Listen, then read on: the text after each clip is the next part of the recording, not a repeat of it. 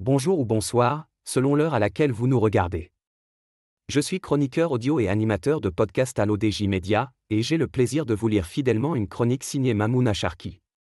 Elle s'intitule Diplomatie marocaine, une semaine de clarté à New York.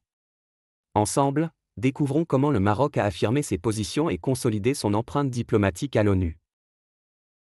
Au terme d'une semaine dense à l'Assemblée générale de l'ONU, Nasser Bourita a livré un bilan appuyé sur des rencontres ciblées et des positions affirmées sur les crises régionales, consolidant l'empreinte diplomatique du Maroc. Dans les couloirs fébriles de l'ONU, où la diplomatie se joue autant devant les caméras qu'à huis clos, Nasser Bourita a tenu son cap. Le ministre des Affaires étrangères a résumé, d'une voix posée, ce que le Maroc est venu chercher et offrir à New York, de la cohérence, de la constance et une présence active au cœur des grands dossiers. Entre bilatérales soutenues et prises de parole assumées, la méthode Bourita s'est inscrite dans le temps long de l'influence, celui qui additionne les gestes précis plutôt que les déclarations tonitruantes.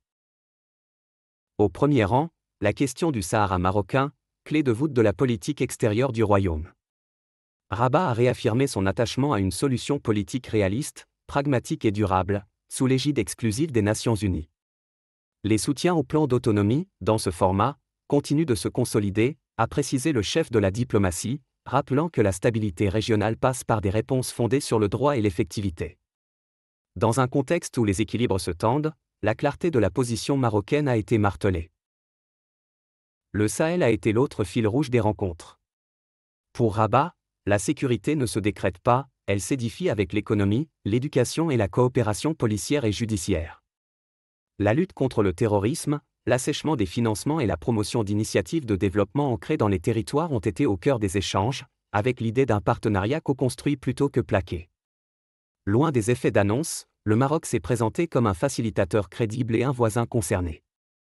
Sur la scène moyen-orientale, le Maroc a réitéré son appel à la désescalade et au respect du droit international humanitaire, tout en plaidant pour une relance d'un horizon politique crédible, seul antidote durable au cycle des violences. La présidence du comité Al-Quds par SM le roi Mohamed VI a été rappelée, ainsi que les actions concrètes menées en soutien à la population de Jérusalem. Cette semaine new-yorkaise a été aussi celle des partenariats économiques et climatiques. Transition énergétique, sécurité hydrique, transformation digitale, mobilité des talents, les sujets ont afflué, au diapason d'une diplomatie qui sait que la crédibilité se mesure à l'aune de la coopération concrète. Dans un monde fracturé, le Maroc a misé sur la parole tenue et la main tendue. Au sortir de l'Assemblée générale, l'image laissée est celle d'un pays ferme sur ses principes, souple dans ses moyens, et stable dans ses ambitions. Voilà qui conclut cette chronique signée Mamouna Sharki. Merci de votre attention. J'ai fait le maximum pour respecter à la lettre les propos de l'auteur. Je vous donne rendez-vous pour une prochaine chronique, toujours fidèle à l'esprit et à la plume de nos auteurs.